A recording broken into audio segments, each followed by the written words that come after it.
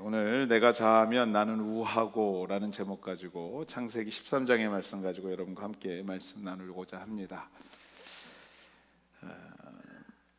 오늘을 살아가는 믿음의 사람들, 믿음의 사람으로 구분되어 산다라는 것이 참 쉽지 않음을 우리는 늘 삶에서 동감하고 우리 고백하게 됩니다. 특별히 요즘 같으면 세상이 교회를 바라보는, 성도를 바라보는 것이 더 이상 기대하지 않는 것 같이 느껴질 때도 있습니다. 이제 교회에 대해서 더 특별하게 보지 않는 것 같은 그러한 시선들을 느끼게 되지만, 그럼에도 여전히 교회를 향한, 성도를 향한 보이지 않는 엄격한 잣대가 있음이 우리를 더 힘들게 하고 우리를 더 신중하게 만듭니다. 무슨 말이냐면 이런 거죠. 그래도 교회는, 성도는 믿지 않는 사람들과 자신들과 달라야 되지 않겠냐라는 거죠. 믿지 않는 사람들이 보기에 성도는 성도여야 한다라는 것입니다.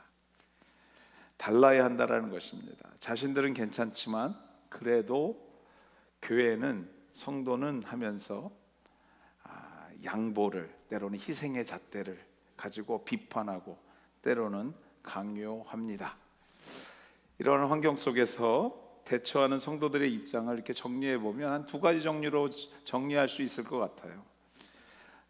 사회에서 지적하는 모든 것들을 받아들이고 인정하고 회개하고 세상이 말하는 성도의 기준에 부합해 보려고 노력하는 한 태도가 있다면, 또 하나의 태도는 그 반대의 태도일 수 있습니다.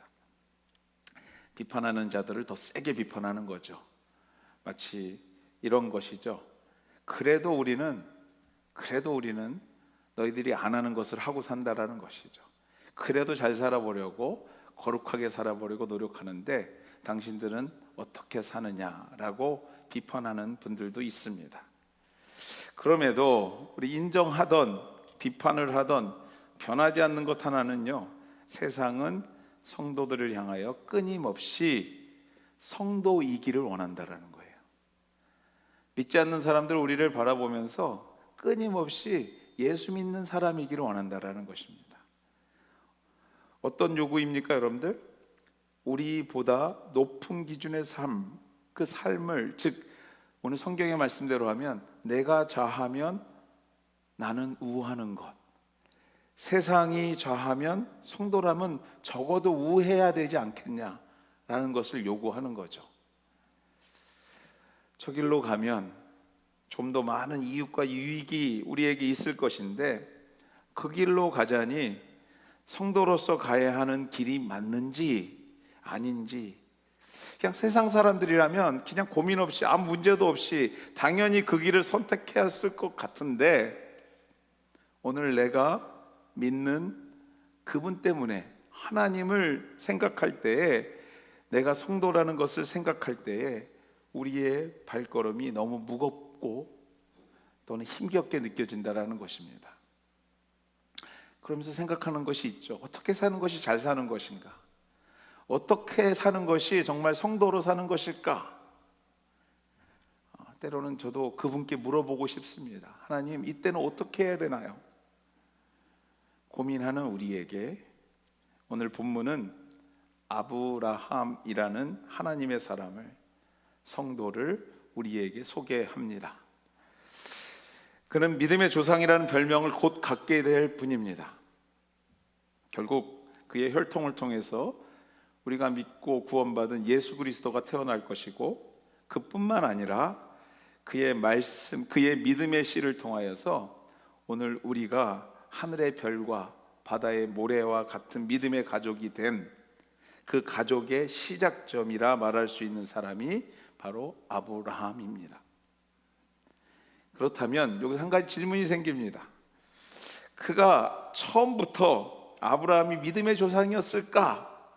라는 것이죠. 앞서도 말씀드렸지만 믿음이 조상이 될 뿐이라는 것이죠. 아예 태어날 때부터 믿음의 조상이었을까? 처음부터 우리와 같은 고민과 번민이 없이 오늘 본문의 고백처럼 네가 좌하면 내가 우할 거야 라는 아주 수준 높고 성숙된 성도, 하나님의 사람이었을까? 라는 질문입니다. 결론부터 미리 얘기하자면 결코 그렇지 않았다라는 것이에요. 아브라함도 처음부터 그렇게 성숙된 사람이 아니었다라는 것입니다. 그가 오늘과 같은 고백이 있기까지 많은 시간이 필요했고요. 진정한 성도의 모습을 갖추기까지는 시간과 훈련이, 하나님을 알아가는 삶의 경험이 필요했었습니다. 여러분들, 아브라함의 고향이 어딘 줄 아십니까? 제가 일부러 질문하는 겁니다. 토요일 날 성경 공부 오시면 알 수 있습니다. 이 1학기 마치신 분들은 지도까지 머릿속에 있으면서 아브라함이 고향이 어디인 줄 압니다. 알죠, 진짜로. 아브라함의 고향은 갈대아 우루라는 지역 사람이었습니다. 풍족한 땅이었죠. 삼각지에 양쪽에 큰 티그리스와 유프라데스 강이 흐르면서 비옥한 땅이었습니다. 문명의 도시였어요. 그 문명의 도시에서 척박한 가나안으로 이주해온 이주민이었어요. 이민자였습니다. 이주 과정 중에 하란이라는 곳에서 아브라함의 아버지 데라가 세상을 떠나게 됩니다. 세상을 떠난 후에 삼형제 중 첫째였던 아브라함이 그 가정을 책임지게 됩니다. 여러분도 한번 상상해 보십시오. 아버지와 함께 있던 가정에서 아버지가 떠나고 본인이 갑자기 그 가정의 가장이 된 것이에요. 막중한 책임감을 느꼈겠죠. 이 막중한 책임감을 느낄 때에 하나님께서 마침내 아브라함을 만나 주십니다. 그리고 그에게 두 가지를 주세요. 명령과 약속을 주십니다. 우리 같이 읽도록 하겠습니다. 우리 창세기 12장 1절과 2절 말씀입니다. 같이 읽겠습니다. 아브라함은 가나안 땅에 거주하였고 롯은 그 지역의 도시에, 같이 읽겠습니다. 여호와께서 아브라함에게 이르시되 너는 너의 고향과 친척과 아버지의 집을 떠나 내가 내게 보여줄 땅으로 가라. 내가 너로 큰 민족을 이루고 내게 복을 주어 내 이름을 창대하게 하리니 너는 복이 될지라. 아멘. 약속의 땅인 가나안으로 가라는 명령과 내가 거기에 가면 내가 너로 큰 민족을 이루게 할 것과 아브라함 너를 복의 사람으로 만들겠다라는 약속의 말씀을 주십니다. 아브라함은 이 명령을 가지고 명령에 순종함으로 가나안으로 갑니다. 그리고 약속의 땅에 도착해서 감격과 감사의 눈물을 흘리며 베델이라는 곳에 단을 쌓고 감사 예배를 드림으로 약속의 땅 가나안의 삶을 시작하게 됩니다. 12장 8절 말씀입니다. 우리 같이 읽겠습니다. 거기서 베델 동쪽 산으로 옮겨 장막을 치니 서쪽은 베델이요 동쪽은 아이라. 그가 그곳에서 여호와께 제단을 쌓고 여호와의 이름을 부르더니. 약속의 땅 그곳에 와서 하나님께 예배하며 주의 이름을 부르기 시작합니다. 마치 우리가 여러 가지 사연이 있지만 이 캐나다 땅이 이민 온 곳과 비슷한 것입니다. 그리고 약속의 땅이라고 하여서 이곳에 아브라함이 그곳에 순종하며 그곳에 왔습니다. 그러나 여러분들, 결코 가나안의 삶이 그 약속이라는 의미로 봤을 때 좀 평탄해야 되는데 쉽지 않았어요. 마치 우리가 캐나다에 왔을 때 처음 어려웠던 것처럼 이 아브라함도 굉장히 쉽지 않은 시간들을 보내게 됩니다. 그 땅에서 삶을 시작하기 무렵에 약속의 땅, 그 땅이기에 시작과 함께 하나님께서 준비된 것으로 풍족하게 하시고 물도 주시고 넘치게 하셨을 것 같은데 첫 번째로 경험한 것이 무엇이냐면 기근이었습니다. 약속의 땅에서 가뭄이었습니다. 먹을 것이 없었어요. 그 일을 첫 번째로 경험합니다. 창세기 12장 10절 말씀입니다. 같이 읽겠습니다. 그 땅에 기근이 들었으므로 아브라함이 애굽에 거류하려고 그리로 내려갔으니 이는 그 땅에 기근이 심하였음이라. 그렇습니다. 하나님의 말씀에 순종하여서 온 가족과 함께 시작된 삶이 곧 풍족하고 풍요로운 것만은 아니라는 사실 또한도 성경이 우리에게 말하고 있는 것이에요. 성경을 읽다 보면 여러분들 한 가지 발견하게 되는 것이 있는데, 사실 평균 이하의 경우가 하나님의 약속에 따라서 그 땅이 옮겨졌을 때, 하나님의 뜻대로 살 때 평균 이하의 삶이 지속되는 것이 성경 안의 대부분 이야기들입니다. 그럼에도 그 과정에서 믿음을 지키고 믿음으로 살고자 하는 자들을 축복하시는 하나님 또한도 우리가 발견할 수 있어요. 어렵게 시작하지만 그 삶에서 하나님의 놀라우신 뜻을 경험하고 하나님께서 극복하게 하시는 것, 그것도 성경의 말씀이기도 합니다. 어찌되었던 여러분들 참 아이러니하지 않습니까? 이 얘기가 참 아이러니해요. 가라고 했는데 가서 경험하는 것이 고통이었어요. 그래서 결국 그는요, 고민 끝에 가정을 책임져야 할 가장으로서 결정을 하게 되는데, 세상이 저할 때 성도인 나는 우하는 것이 아니라 세상 모든 사람이 기근이 찾아온 땅에서 기근을 피해서 애굽으로 내려가고자 할 때, 그 또한 아브라함 가족 또한 세상이 자할 때 세상의 자와 함께 흘러서 애굽으로 내려가게 됩니다. 약속의 땅 가나안 땅을 버리고 풍족한 나라 애굽으로 내려가게 된 것이죠. 오늘 우리가 읽은 10절 말씀에 그것을 얘기하고 있습니다. 애굽에 거류하려고 그리로 내려갔다. 우리들이 아주 자주 경험하는 것 같은 일입니다. 이런 거죠. 옆집 누구도, 우리 가족 중에 형님도, 동생 가정도, 또 가깝게는 저 교회도, 저 사업도 하면서 나름대로 우리가 세상의 방향으로 옮겨갈 이유들을 막 찾습니다. 분명히 그 길이 맞는지 안 맞는지 모르지만 우리 이웃이 잘 됐다고 하니까, 우리 동생이 잘 됐다고 하니까, 때로는 그 교회가 잘 됐다고 하니까, 그 사업이 잘 된다고 하니까 자꾸 그쪽 방향으로 가려고 하는 거죠. 합리화합니다. 그리고 세상의 방법대로 삶의 핸들을 좌로 꺾는 것이에요. 세상의 방법대로 믿음의 핸들을 세상의 흐름에 순응하게 만듭니다. 그쪽으로 방향을 잡아서 흘러갑니다. 다들 가는 평범한 길인 것 같지만요, 그래서 나도 간다고 하지만 이 과정 중에 성도인 우리들이 경험하는 것이 한 가지가 있어요.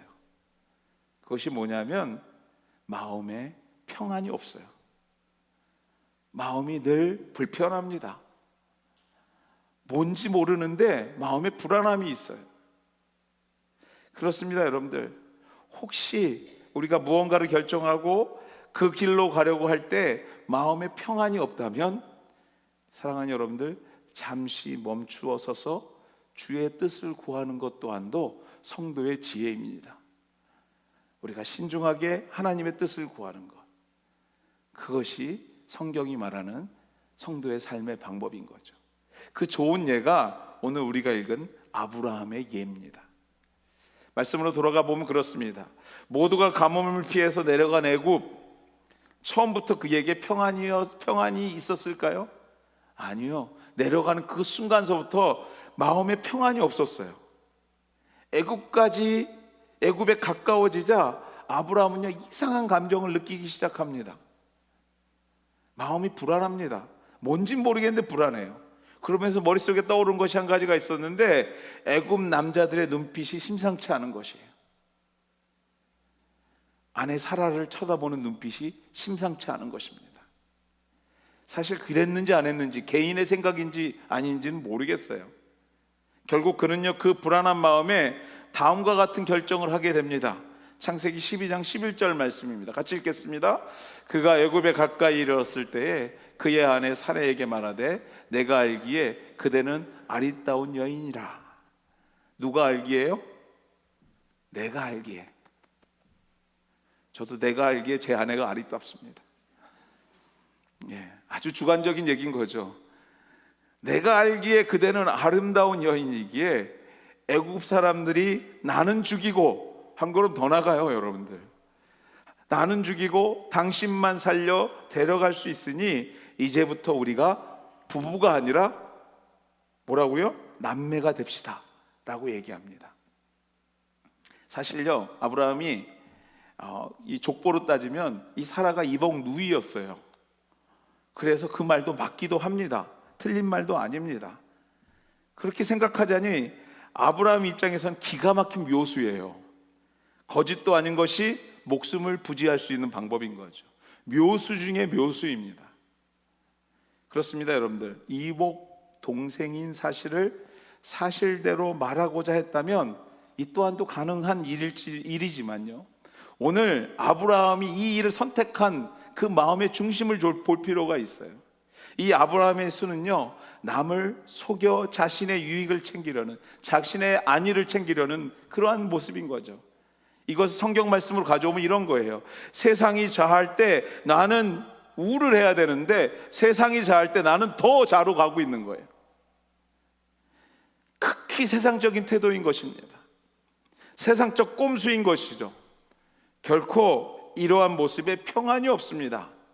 더욱더 두려움만 더해가고요, 거짓에 거짓을 더하다 보니까 정말 이 일이 실질적으로 일어나기 시작해요. 결국 애굽에 도착했을 때 아브라함은요, 예상한 대로, 아니 이 예상이 맞을지는 몰랐지만 그대로 일이 벌어지면서 점점 꼬여가기 시작합니다. 누이라고 속였던 그 꼼수로 인해서 정말 결국에 아내를 바로 왕에게, 애굽의 왕에게 뺏기게 돼요. 그리고 아내를 내주고 양과 소와 노비까지 받게 됩니다. 여러분들 한번 생각해 보십시오. 와, 양과 노비와 이 풍족을 받았으니 와 기쁘다 이랬겠을까요? 여러분들 그 마음은요, 뭐라고 표현할 수 없을 정도로 복잡했을 거예요. 정말 이 양, 소, 종 꼴보기도 싫었을 것 같아요. 세상이 자했을 때 나도 자했더니 경험하게 되는 성도의 일인 것이에요. 세상이 자할 때 믿음으로 그것을 정말로 굳건히 지키고 하나님의 방향으로 틀었어야 되는데 세상이 자할 때 더 자로 가니까 믿음의 사람들이 경험하는, 정말 세상 누구도 경험할 수 없는 일을 경험하고 있는 것이, 결국 하나님께서 손대기 시작하십니다. 하나님께서 더 이상 볼 수가 없으니 만지시기 시작해요. 하나님께서 바로왕의 집에 큰 재앙을 내림으로써 아내를 다시 찾아오지만 이 웃지 못할 코미디 같은 일을 경험하는 아브라함, 그는 결국 다시 가나안 땅으로 돌아갈 것을 그 일을 계기로 결정합니다. 모두가 자할 때 비로소 성도의 길인 믿음의 방향으로 돌아서기 시작하는 것이에요. 창세기 13장 3절과 4절 말씀입니다. 같이 읽겠습니다. 그가 네게브에서부터 길을 떠나 베델에 이르며 베델과 아이 사이 곧 전에 장막 졌던 곳에 이르니 그가 처음으로 제단을 쌓은 곳이라. 그가 거기서 여호와의 이름을 불렀더라. 그 모진 경험을 하고 가나안으로 돌아옵니다. 가나안 땅으로 돌아와 고향을 떠나 처음으로 도착해서 베델이라는 곳에 예배드렸는데 그곳에 다시 도착하게 된 거예요. 그 예배드렸던 베델을 찾습니다. 그리고 하나님께 예배드렸다, 제단을 쌓았다, 성경은 전합니다. 우리가 이 모습을 직접 보지는 못했지만 우리가 충분히 상상해 볼 수 있을 것 같아요. 이 예배가 어땠을까요, 여러분들? 이 바울의 어떠한 심정으로 하나님 앞에 예배했을까요? 저는 모르긴 몰라도 바울은 주여 하는 그 순간에 통곡했을 거예요. 예배 가운데 통곡했을 겁니다. 자신의 잘못된 결정 때문에 하나님 앞에 순종하지 못했던 자신의 모든 삶이 주마등과 같이 머릿속에서 튀어올랐을 것이에요. 눈물의 예배, 회개의 예배였을 것입니다. 사랑하는 KW 가족 여러분들, 성도는 성도의 길을 가야 합니다. 믿습니까, 여러분들? 성도는, 하나님의 사람은 하나님의 길을 가야 그 뜻을 이룰 수가 있어요. 평안할 수 있습니다.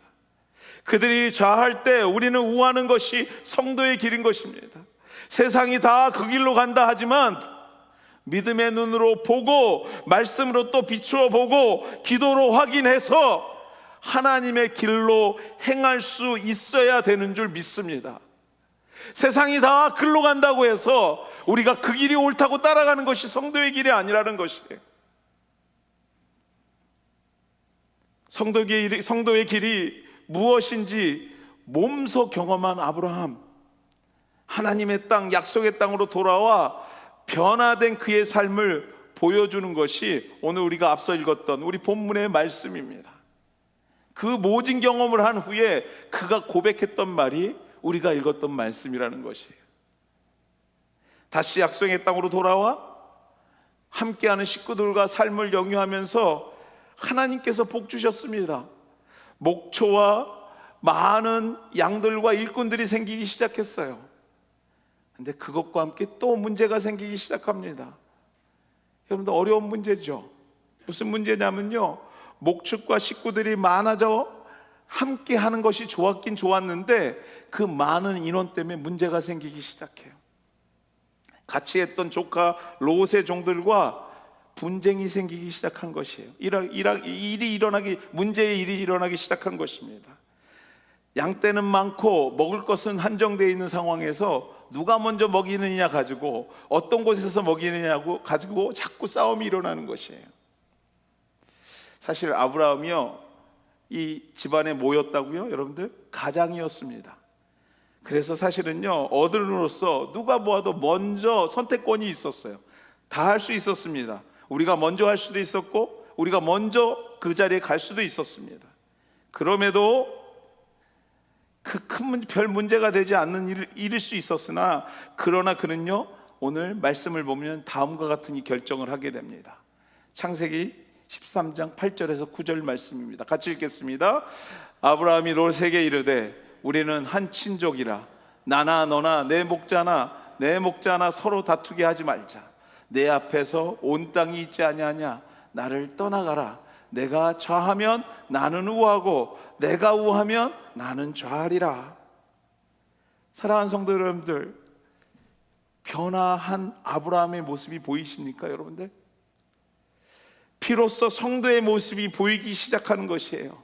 아브라함의 삶 속에서, 비로소 아브라함의 삶 속에서 예수님의 향기가 보이기 시작하는 것입니다.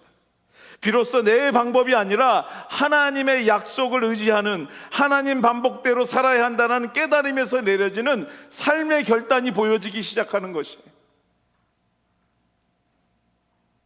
앞서 본 아브라함, 좌우를 결정하기에 앞서서 뭘 했을까요? 앞서 있는 아브라함을 상상하자면 분명히 이랬을 거예요. 어느 쪽이 물이 많고 양들을 키우기 좋을까 분명히 살폈을 것이에요. 그리고 치밀하게 나름대로 전략을 세웠을 것입니다. 어떻게 해요?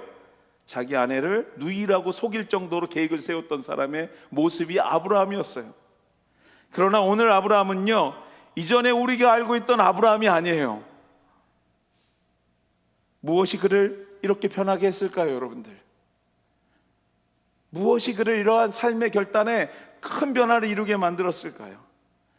그렇습니다, 여러분들. 삶에서 하나님을 경험했던 것이에요. 좀 더 구체적으로 말하자면, 성도는 세상의 논리를 붙잡는 것이 아니라 하나님의 약속을 붙잡아야 될 줄 믿습니다. 세상의 방법이 아니라 하나님의 약속을 붙잡으셔야지 성공할 수 있어요. 하나님의 약속을 붙잡아야 한다는 것을 애굽의 경험을 통해서 아브라함이 깨달았던 것이에요. 하나님의 약속을 붙잡지 않고서는 삶에 평안이 없다라는 것을 깨달았던 것입니다. 너에게 큰 민족을 주고 복을 주겠다라는 하나님의 약속의 복을 붙잡았더니 비로소 성도의 삶이 보이기 시작하는 것이에요. 어디로 가야 될지 보이기 시작하는 것입니다. 아니, 이런 고백인 거죠. 여러분, 좌하세요. 나는 여러분이 원하지 않는 우로 가겠습니다. 가 되더라는 것이에요. 그때부터. 왜 그렇습니까, 여러분들? 하나님의 약속을 믿는 성도는요, 사실 좌로 가나 우로 가나 하나님께서 그의 삶을 책임져 주실 줄 믿습니다. 어떠한 쪽도 문제가 될 것이 없다는 것을 아브라함이 깨달았던 것이에요. 다 가져, 괜찮아, 나는 하나님이 책임져 주실 것이야가 되고 있다라는 것이에요. 여러분, 움켜잡아서 되는 게 아니에요. 그것이 욕심난다고 우리 것이 되는 것이 아닙니다. 성도는요, 성도의 방법대로 사셔야 돼요. 너희들 자해, 너희들 우해, 나는 하나님 따라갈 거야, 하나님의 약속을 붙잡을 거야 할 때에 진정한 푸른 초장과 쉴만한 물가가 펼쳐지게 되는 줄 믿습니다. 그렇습니다. 여러분들, 우리가 왜 고민합니까? 우리가 왜 갈등합니까? 왜 세상의 흐름에 눈길이 갑니까? 첫째는요, 하나님이 살아계심을 믿지 못해서 그래요. 한 걸음 더 나아가서는요, 그분이 오늘 우리와 약속하고 계시고요, 약속한 대로 우리의 삶을 책임지고 계시는 축복의 삶이 나의 삶인 것에 대한 확신이 없어서 그래요. 여러분들, 하나님이 여러분과 약속하신 줄 믿습니다. 하나님이 우리와 약속하신 줄 믿습니다. 하나님이 우리 자녀들과 약속하신 줄 믿습니다. 너의 삶을 책임지겠다, 너희가 복의 근원이 되게 하겠다, 너의 씨로 통해서 이 땅의 믿음의 삶을 풍성하게 이루겠다 라는 약속의 삶이 바로 우리의 삶이 것을 여러분들 잊지 마셔야 합니다. 그래서 여러분들, 우리가 우러 가야 하는지 자러 가야 하는지 날마다 고민되고 번민이 되는 것이에요. 그래서 세상의 방법에 자꾸 기웃기웃거리는 거예요. 왜? 믿지 못하고 의심하니까, 자꾸 약속을 놓치니까. 사랑하는 여러분들, 우리가 하나님이 살아계신 것과 우리 하나님이 우리를 복되게 하시겠다라는 약속을 믿으시는 저와 여러분 되기를 주의 이름으로 축원해 드립니다. 그것을 확신할 때에 여러분의 고민과 번민을 우리 하나님께서 깨끗이 씻어주시고 책임져 주실 줄 믿습니다. 그것에 의지하셔야 돼요. 그것을 붙잡으셔야 돼요. 그것에 생명을 거셔야 합니다. 여러분이 우러 가든지 좌로 가든지 우리 하나님께서는요, 여러분 편이세요. 믿습니까 여러분들? 우리 편이세요. 우리를 위하여 이미 예비하셨어요. 우리를 위하여 이미 예비된 영혼들을 허락해 주실 것을 믿으셔야 될 줄 믿습니다. 책임져 주시는 하나님을 믿고 확신할 때에 비로소 성도로서의 삶의 평안과 여유가 생기기 시작하는 것이에요. 그거는 여러분들 물질이 많아서 생기는 여유와 아는 사람이 많이 생겨서 생기는 여유와 어느 위치에 올라가서 생기는 여유, 그런 것과는 차원이 다른 얘기예요. 우리가 저 밑에 있을지라도, 모든 것을 다 잊어버렸을지라도 하나님과 그 약속을 붙드는 자들에게는 그 마음의 평안을 주시고 그 마음의 여유를 주시는 줄 믿습니다. 왜냐하면 여러분들, 약속을 믿고 선택하는 우리의 삶은 하나님께서 인도하실 것이 확실하기 때문에 그래요. 말씀을 맺습니다. 우리 같이 한번 읽도록 하겠습니다. 13장 14절에서 17절까지 말씀인데요, 좀 길지만 우리 같이 한번 읽도록 하겠습니다. 롯이 아브라함을 떠난 후에 여호와께서 아브라함에게 이르시되, 너는 눈을 들어 너 있는 곳에서 북쪽과 남쪽 그리고 동쪽과 서쪽을 바라보라. 보이는 땅을 내가 너와 내 자손에게 주리니 영원히 이르리라. 내가 내 자손이 땅의 티끌 같게 하리니 사람이 땅의 티끌을 능히 셀 수 있을진데 내 자손도 세리라. 너는 일어나 그 땅을 종과 횡으로 두루 다니며 보라. 내가 그것을 내게 주리라. 할렐루야. 아멘 하면 여러분의 말씀이 될 줄 믿습니다. 하나님께서 주시는 축복의 말씀이 여러분의 것이 될 줄 믿습니다. 결국 누가 보아도 척박한 땅을 선택했지만 하나님께서 책임져 주실 것을 다시 한번 확인하는 길이었음을, 또 반면에 세상이 말하는 최고의 길을 선택했던 룻 이후에 여러분들 잘 아시죠? 이 세상에서 다시 볼 수 없는 멸망의 땅, 소돔과 고모라의 땅이 된 것을 여러분들 성경이 말하고 있는 것을 잊지 마셔야 합니다.